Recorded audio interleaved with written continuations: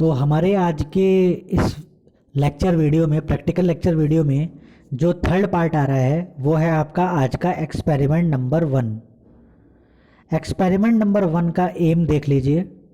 To formulate a simple syrup IP66, यानी M कह रहा है टू फॉर्मुलेट करिए, बनाइए सिंपल सिरप, एक सिंपल सिरप IP66 यानी कि इंडियन फार्माकोपिया 1966 को फॉलो करते हुए, उस स्टैंडर्ड को, उस बुक को फॉलो करते हुए आप एक सिंपल सिरप बनाएंगे। ये आपका आज का एम है। रेफरेंस में फार्मास्यूटिक्स फर्स्ट, ये आपके सब्जेक्ट का नाम है, ठीक है ना। ये इसका मतलब है a book of pharmaceutics first by doctor AK Seth, comma PV publisher and distributor, ये बुक का नाम है और उसका पब्लिकेशन का नाम है फर्स्ट एडिशन, पहला edition, comma page number 440 to 441। तो ये आपका रेफरेंस हो गया इस प्रैक्टिकल का। अब आप लोगों को सिंपल सिरप बनाने के लिए किस किस चीज़ की रिक्वायरमेंट है। नंबर फर्स्ट रिक्वायरमेंट में क्लोरोफॉर्म, दूसरा डिस्टिल वाटर, तीसरा फ्लेवरिंग एजेंट और चौथा सुक्रोज। सुक्रोज का मतलब शुगर, चीनी। तो पहला हमें चाहिए क्लोरोफॉर्म, दूसरा डिस्टिल वाटर, तीसरा फ्लेवरिंग एजेंट और चौथा सुक्रोज। तो ये चार चीज़ों को यूज़ करके हम एक सिंपल सिरप बनाएंगे। स्टैंडर्ड क्या फॉलो करेंगे? IP इंडियन फार्माकोपिया 66 यानी 1966, ठीक है ना। तो ये हम इससे एक सिंपल सिरप बनाएंगे। अब इसके अंदर एक चीज़ गायब है, अगर आप लोग थोड़ा दिमाग लगाएं तो इसके अंदर कोई API नहीं है, एक्टिव फार्मास्यूटिकल इंग्रेडिएंट। अगर वो होता इन चारों चीज़ों के साथ तो यही सिंपल सिरप किस चीज़ में कन्वर्ट हो जाती? मेडिकेटेड सिरप में। लेकिन हम बात कर रहे हैं अभी सिंपल सिरप की। जो दूसरा प्रैक्टिकल परफॉर्म करेंगे उसमें हम बात करेंगे मेडिकेटेड सिरप की। तो उसमें हम किसी एक API को यूज़ कर लेंगे, एक मेडिकेटेड ड्रग को यूज़ कर लेंगे। इसकी थ्योरी को जानिए। पहले भी ऑलरेडी अभी मैंने डिस्कस कर लिया, बट फिर भी एक बार जान लेते हैं। Syrup is a medicament that is thick, viscous liquid consisting primarily of a solution of sugar in water, containing a large amount of dissolved sugar but showing little tendency to deposit crystal, full stop. Its tendency is similar to that of molecules, full stop. The viscosity arises from the multiple hydrogen bonds between the dissolved sugar, which has many hydroxyl group, that is OH group, full stop.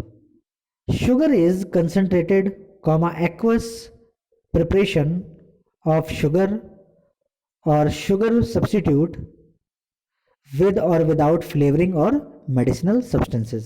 तो इन सारी बातों को मैंने already आपको बता रखा है। ये जो आप पिंक कलर का देख रहे हैं ये एक्चुअली में कहते हैं लेबल आप समझते हैं?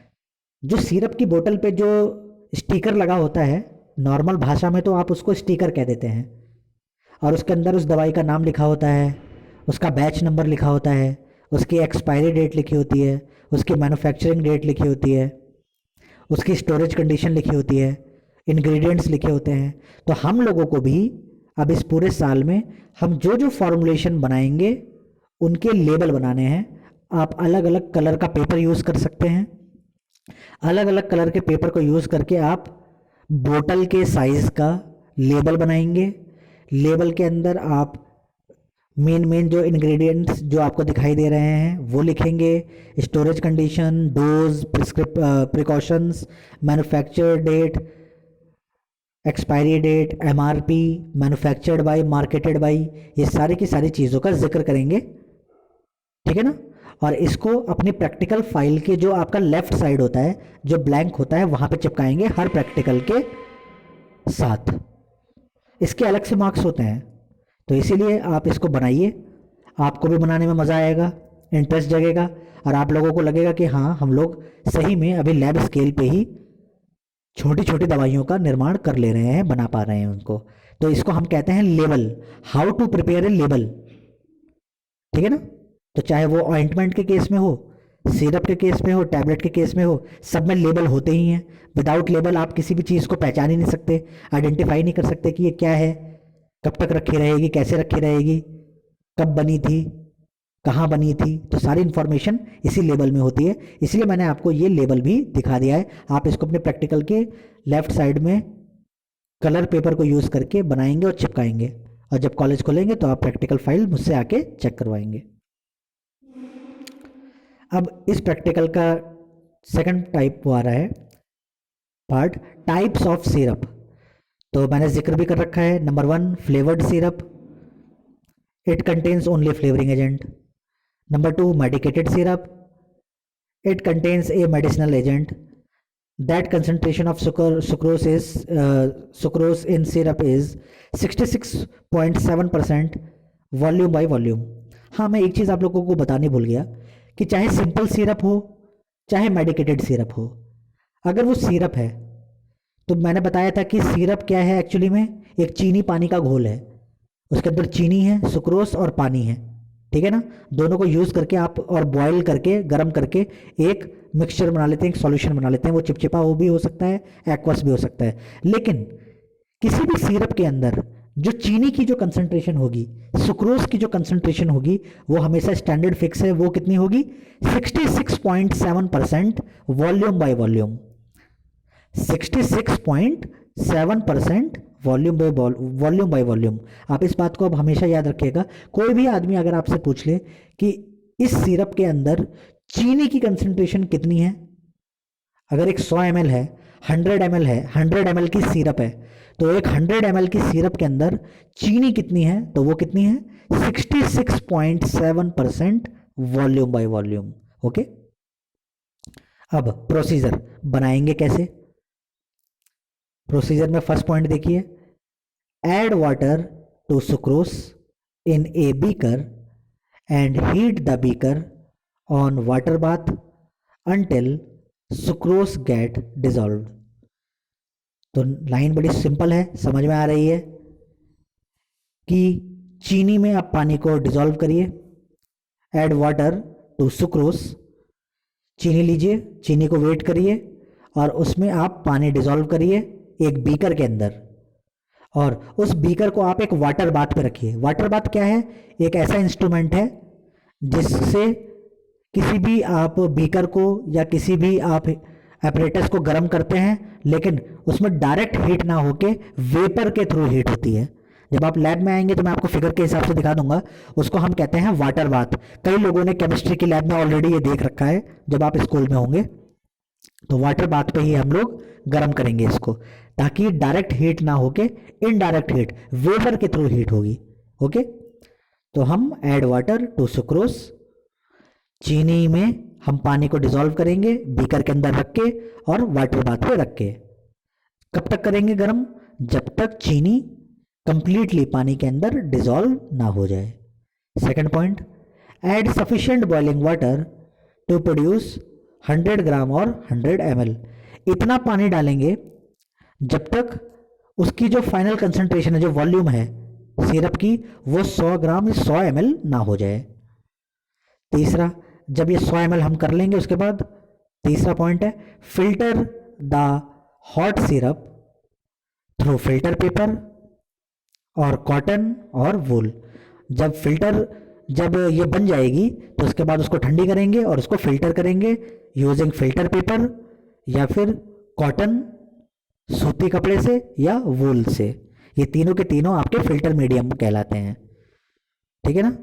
और चौथा पॉइंट लास्ट है, add 0.15% methyl paraben as a preservative. बाद में आप इसमें 0.15% मिथाइल पैराबेन एक्चुअली में एक तरीके का प्रिजर्वेटिव होता है जो सिरप को लंबे समय तक स्टोर करने में मदद करता है, वो डाल देंगे।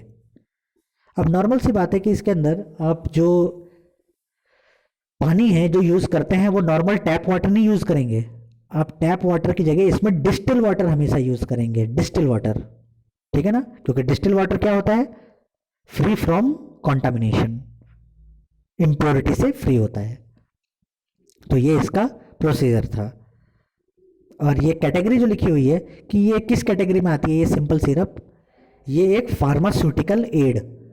तो फार्मास्यूटिकल एड एक्चुअली में क्या होता है, ये एक तरीके का ऐसा सब्सटेंस होता है, ऐसी चीज़ होती है जिसका कोई अपना दवाई के फॉर्म में यूज़ नहीं होता, बट किसी दवाई को बनाने में इसका यूज़ करना बहुत ज़रूरी है।